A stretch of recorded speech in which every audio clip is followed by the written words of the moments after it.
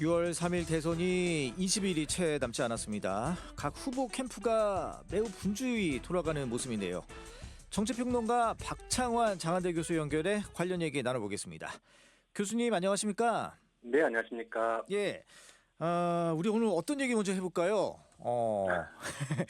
제 교수님 이 얘기 먼저 해볼까요? 아무래도 이제 국민의힘 쪽에 좀 시끄러우니까 어떻게 국민의힘 지금 대선 캠프 잘 돌아가고 있습니까?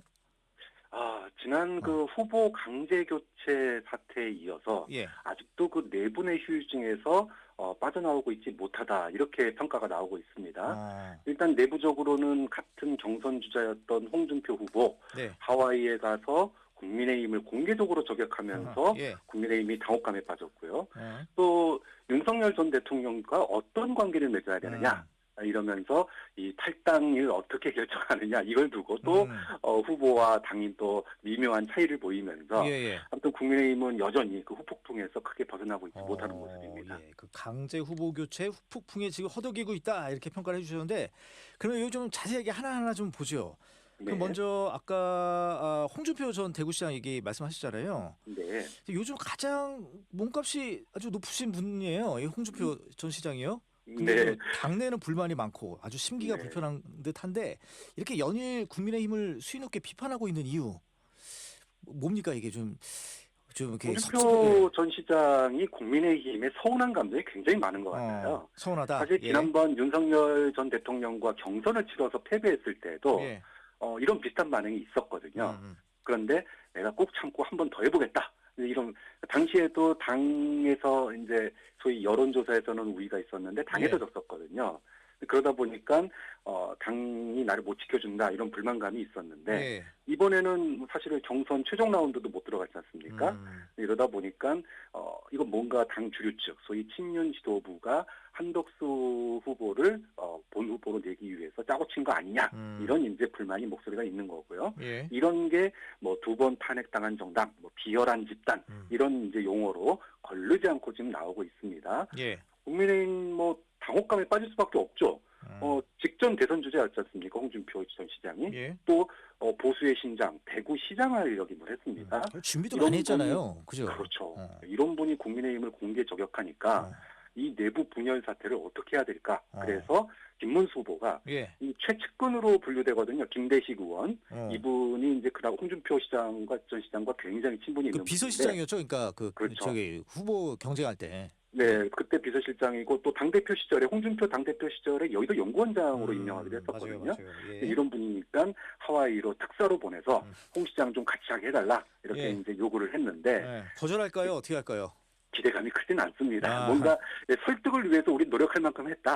홍 시장이 좀 너무 감정적으로 그런 거 아니냐. 이런 모양새 만들기 위해서 보내는 거 아니냐. 이런 평가도 나오고 있습니다. 더 홍준표 전 시장이 격노하시겠네요. 그렇죠. 아니 본인 하와이 간다고 그럴 때는 아무도 공항에 안 나와 보더니 막상 SNS에 이렇게 글 올리니까 이제서야 부랴부랴 오는 거 홍 시장이 마땅치 않아 하는 모습입니다. 그래요. 필요할 때만 부르고 이러면 안 되잖아요. 근데 또 이제 아무래도 근데 이 김문수 캠프 그러니까 국민의힘 쪽에서 지금 몸이 다른 이유가 그 민주당 쪽에서 이런 얘기가 있지 않습니까? 집권하게 되면 그러니까 이재명 그 후보가 집권하게 되면 홍준표 전 시장을 총리까지 시켜주겠다 이런 얘기가 나오니까 더 급한 것 같아요. 그렇죠. 사실은 홍준표 팬클럽이 이제 그리고 또 측근 인사들이 이재명 후보 공개 지지 선언을 했는데 도대체 이렇게 공개적인 지지 선언을 하는 거는 뒤에서 홍 시장이 뭔가 사인을 준 거 아니냐 이렇게 보는 거거든요. 그럼 왜 그 이재명 후보 지지 사인을 보냈을까? 소위 말해서 이 연합정부 구성 이것과 관련된 거다. 그리고 홍 시장이 이재명 후보가 당선됐을 경우 초대 국무총리 이걸로 얘기된 거 아니냐 이런 얘기가 이제 소문처럼 흘러나왔거든요. 일단 양측 후보, 그러니까 이재명 후보 측이나 또 홍준표 후보 측 모두 그거는 사실 무근이다 이렇게 부정을 하고 나서서 수면 아래로 가라앉기는 했는데 이게 그냥 끝날 얘기가 아니지 않습니까?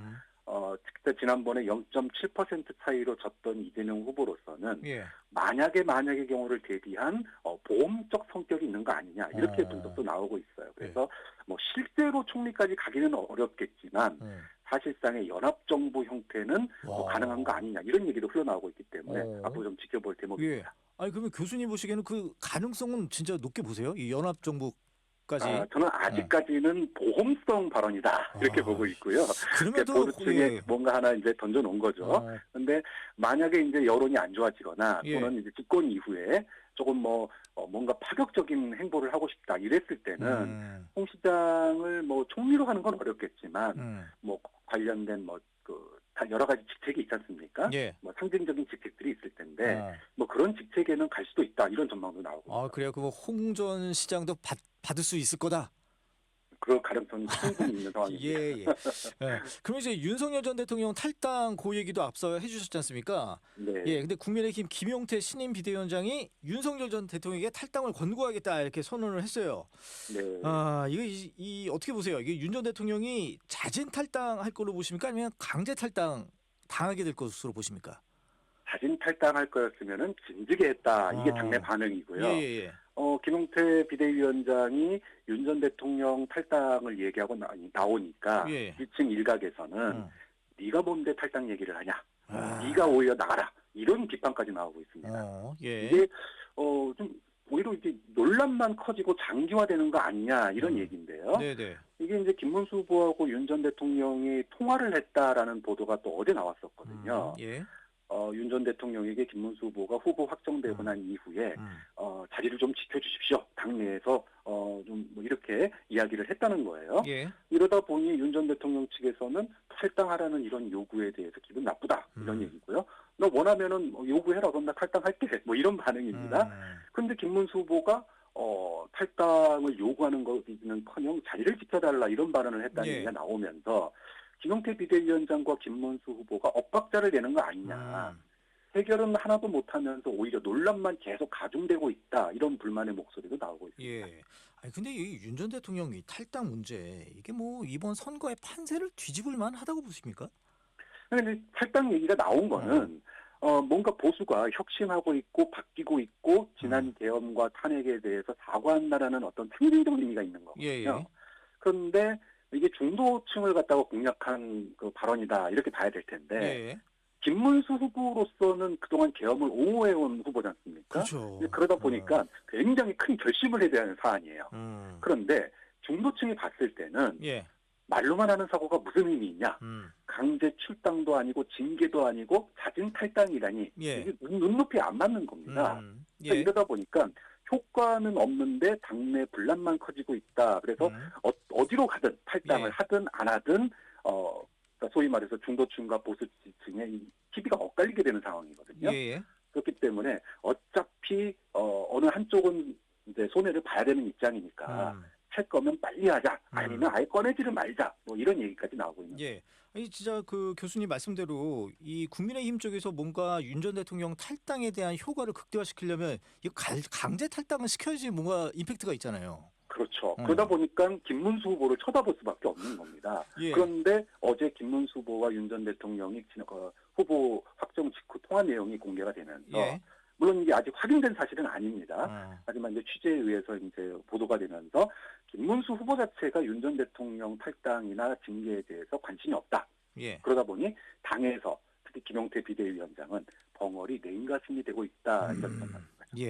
아니 관련해서 하나만 더 여쭤보면 이 김문수 후보 같은 경우에는 계엄에 대해서는 사과는 했어요. 하지만 탄핵에 대해서는 여전히 반대 입장 아닙니까? 그럼 이 중도층 입장에서는 진정성이 없어 보여서 이게 참 문제예요. 그러니까 이제 계엄에 대해서 정중히 사과하는 거는 아까도 말씀드렸지만 김문수 후보로서는 큰 입장의 변화예요. 본인은 계엄을 반대했다라고 얘기하지만 국민들에게 그렇게 안 보이는 측면이 있었거든요. 그렇기 때문에 계엄에 대해서 정중히 사과하고 국민들 앞에 반성하는 모습 보이는 건 좋은데 아까도 말씀드렸지만 중도층이 볼 때는 계엄이나 탄핵에 대해서 이거 너무 당연한 일이었거든요. 그러다 보니 이제 와서 사과하는 게 그런 큰 의미가 있냐? 할 거면은 말로만 할 게 아니라 행동으로 보여줘야지 이거예요. 근데 행동으로 보여주려면 좀 제발 좀 탈당해 주세요 이게 아니라 당신이 이런 잘못을 했으니까 당에서 나가 이 정도가 돼야 되는데 후보나 당 일각에서는 그런 주장할 거면 네가 나가라 하는 반응이다 보니까 그래서 국민의힘의 내분이 아직도 정리되고 있지 못하다. 그런 채로 대선을 치르고 있다. 이런 평가가 나오는 거죠. 교수님 이번에는 좀 김상욱 의원 얘기 좀 듣고 싶습니다. 김상욱 의원이 이제 탈당을 했는데 이거 좀 뭐랄까요? 이 선거에 미칠 영향 좀 있어 보이십니까? 어떠세요? 김상욱 의원이 당론을 거부하고 혼자서 응. 참 고독하게 국회에서 투표하고 있던 모습 아마 국민들이 다 기억하실 겁니다. 예. 이재명 후보가 사실 지난번에 TK 지역에서 21% 정도 득표를 했었거든요. 내심 30%를 목표로 했었는데 네. 한참 모자랐죠. 그런데 이번에는 TK 지역 30% 득표가 가능하지 않겠느냐 이렇게 조심스럽게 전망을 하게 나오고 있는데 예. 이 김상욱 의원의 이재명 후보 지지 선언 예. 굉장히 이재명 후보 측으로서는 중도층 공략에 시동을 거는 계기가 될 거다 이런 평가가 나오고 있어요. 예. 그러니까 이제 아까도 말씀드렸지만 보수가 좀 4분의 5된 모습이 있는데 중도층이나 합리적 보수 측에서 보면 계엄 해제 당연한 거고 네. 탄핵은 책임져야 되는 부분이다 이렇게 보는 거잖아요. 근데 그걸 가장 대표하는 인물이 김상욱 의원도 그중에 한 분입니다. 예. 그러다 보니 TK 지역이나 PK 영남 지역, 울산 이런 지역에서 중도층이나 또는 합리적 보수층이 그동안에는 아무리 국민의힘이 싫어도 다른 후보를 찍거나 국민의 후보를 찍었는데 이번에는 이재명 후보를 좀 일부 찍지 않겠느냐 이런 기대감이 있는 거고 예. 실제로도 이 대구 지역이나 이런 지역에서 이재명 후보의 지지율이 좀 오르고 있거든요.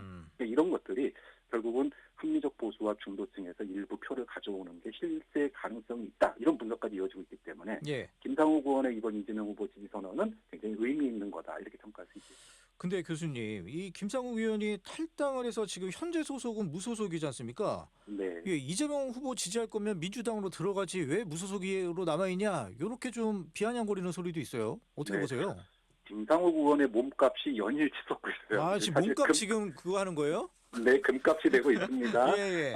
민주당 측에서는 고맙죠. 이재명 후보 지지선을 하니까. 예. 그래서 한 발 더 나가서 아예 민주당으로 들어오라. 이렇게 공개적으로 요구를 했습니다. 네. 그런데 민주당만 이런 게 아니에요. 이준석 개혁신당 후보하고도 그렇죠. 친하더라고요. 이번에 보수가 대선에서 지게 되면 보수 정계 개편이 불가피하다는 목소리가 있는데 예. 개혁신당 이준석 후보 그 주도권을 잡겠다 이런 입장이거든요. 그러다 네. 보니 개혁신당의 러브콜도 굉장히 커지고 있습니다. 그렇군요. 자, 어디로 가느냐에 따라서 완전히 소위 중도층까지 장악한 이재명 대통령 후보가 되느냐 예. 아니면 보수 재편의 중심에 이준석 후보와 개혁신당이 중심이 되느냐 이런 어떻게 보면은 굉장히 큰 판이 걸려 있는 거예요. 예. 그래서 김상욱 의원의 이 몸값이 금값이 되고 있다. 어떤 본인의 행보를 결정할지도 굉장히 관심사입니다.